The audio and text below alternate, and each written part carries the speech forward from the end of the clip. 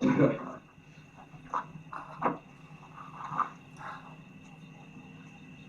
got an idea.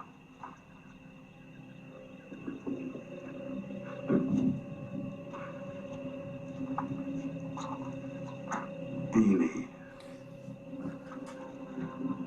meeny, miny, mo. Oh my God! Catch the tiger by his tongue. It's Sasha? Oh no. He hovers. Can't hear it. Let him go. My mother told me to pick the very best one. And you are. It's oh God.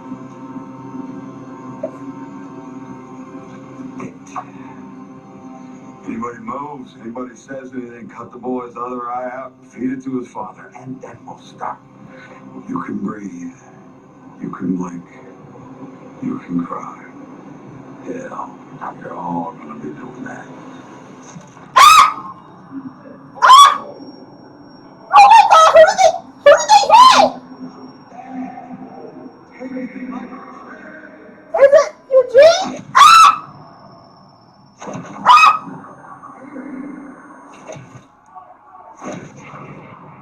Oh my God! Who is?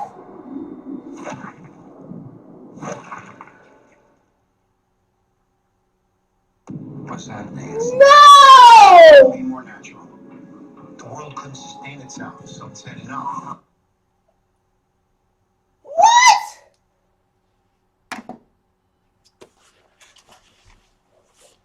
All right, so I just finished watching the Walking Dead finale.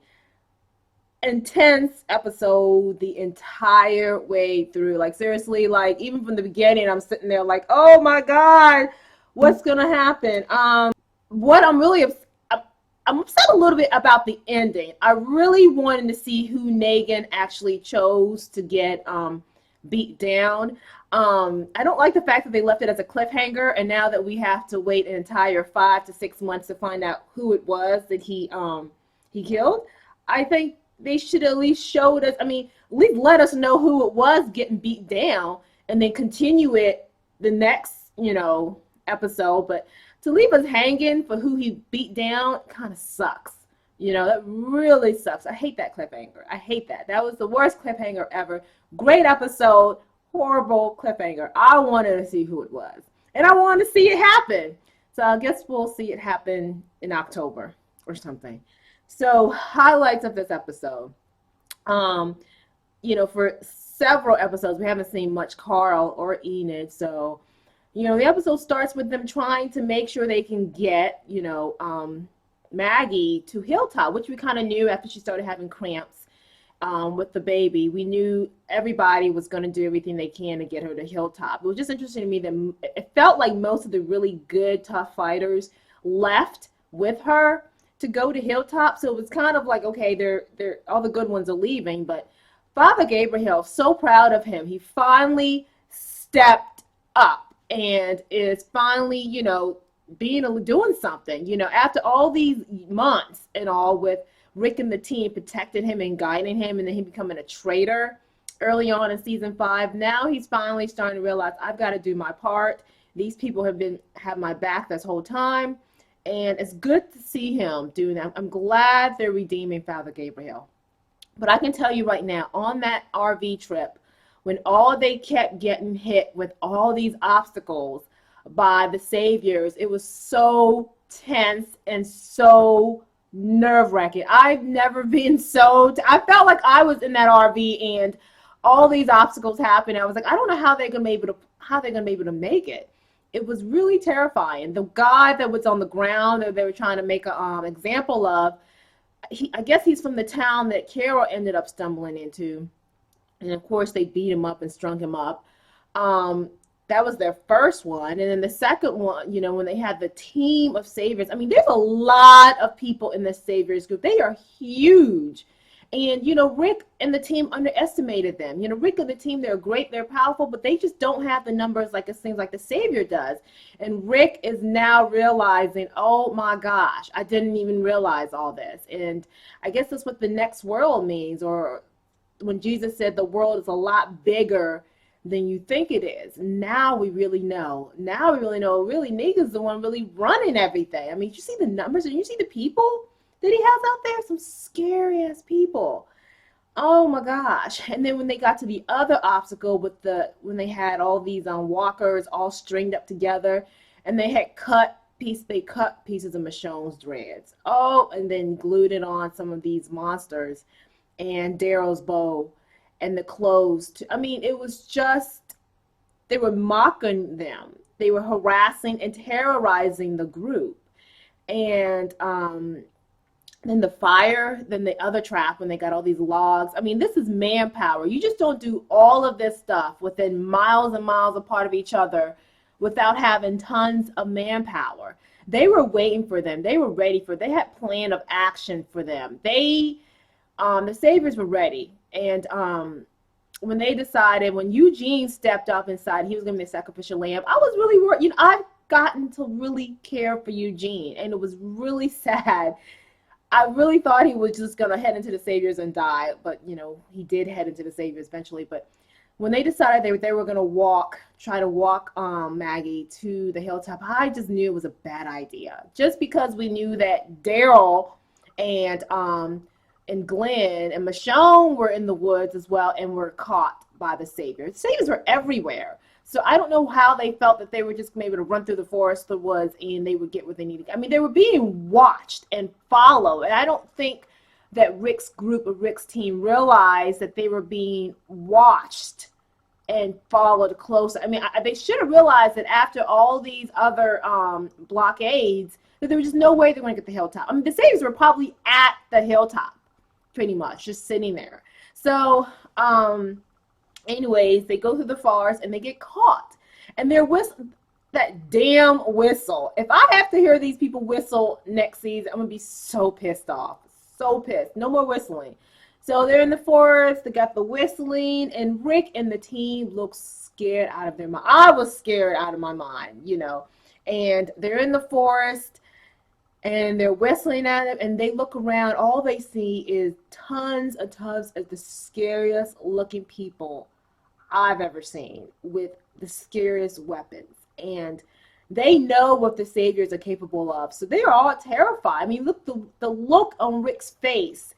I mean, the look on Sasha's face. I mean, everything was just damning. I was just like, oh my gosh, this is horrible. You know, and Eugene, and then they bring out Eugene. And as soon as I saw the RV, I was like, oh my God, they have Eugene. And there was Eugene sitting there. It looked like they beat him up a little bit because one of his eyes shut. And he just looked terrified. And I'm just so pissed off. I don't know who I'm pissed off at. Not Rick. I mean, he underestimated. It happens. He's been doing well so far. But, you know, his time was coming. His time was coming. So, anyways, they're all sitting down. They've all of them kneeled down. And there comes smug Negan.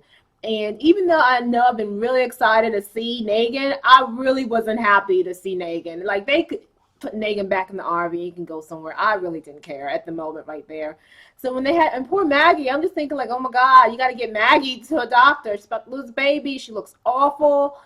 And then they bring the rest of the team. It was good to see Daryl's alive, but I kind of knew at this point that Daryl was alive, you know. And so, Daryl's alive and they pulled him out. Is Daryl going to be alive next season? I don't know. Like, in between the show, they showed a commercial for one of Norman Reedus' I guess, new show, Ride with Norman. So maybe he's gone and he's got a new show or something like that. I have no idea. But anyways, having all of them all lined up like that, all looking terrified. I mean, they're all terrified. And I guess we all would be terrified, but I'm sitting there terrified for them, you know. There's nothing you can really do, and nothing Rick, and I think the worst thing for me was to see Rick look so powerless.